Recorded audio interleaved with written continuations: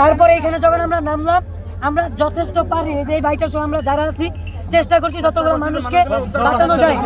তবে একটা কথা বলতে হয়, আমি বাংলাদেশের সিস্টেম নিয়ে প্রশ্ন করব যে আমি নিজে 999 কল দিছি, কল দেওয়ার পর আমি মনে 5বার কল দিছি, কল ঢুকেই না। এইটা কেমন ভাই? আপনার নামটা কি? আমার নাম মাহমুদুল হাসান রুমান। আচ্ছা, এখানে ধারণা করা হচ্ছে কয়জন মারা গেছে বলুন তো? আমরা কয়জন মারা গেছে সেটা এক্স্যাক্টলি বলতে পারবো না, কিন্তু আমরা আগে রেস্কিউ করার মধ্যে ছিলাম। আমরা যে কয়জনকে পারছি রেস্কিউ করছি, কিন্তু এখানে আমার প্রশ্ন একটা যে আমরা 5বার কল দিলাম 999-এ, কিন্তু কোনো রেসপন্স নাই।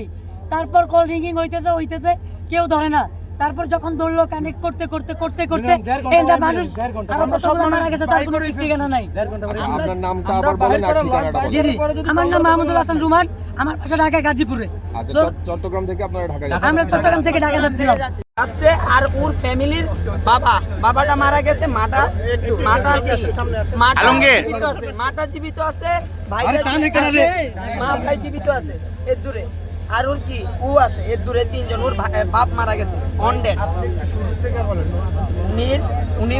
উনিকে বার করছি সর্বপ্রথম, তারপরে উনির ভাই যেটা ভাইকে বার করছি, বাবাকে বার করছি। বাবার কিন্তু কি রেসপন্স ছিল, কিন্তু কি কল্যাণে কল দিতে উনি কি মারা গেছে দেখে তো, আর উনির মাটা বাঁচিয়ে আছে, ওনার মেয়েও বাঁচিয়ে আছে।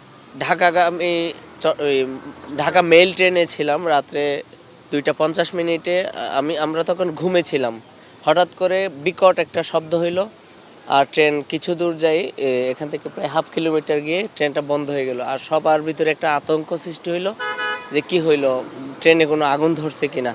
তারপর আমরা ট্রেন থেকে নেমে গিয়ে সামনেই দেখলাম এই বাসের মাঝ বরাবর আপনার ট্রেন ঢুকে গেছে। এরকম এখান থেকে প্রায় আধা কিলো আপনার সামনে বাসটাকে নিয়ে গেছে, বাসের চাকা সব খুলে গেছে। এখানে মানুষের হাহাকার এবং রক্তাক্ত হয়ে গেছে সবাই, অনেক লাশ এখানে হয়েছে।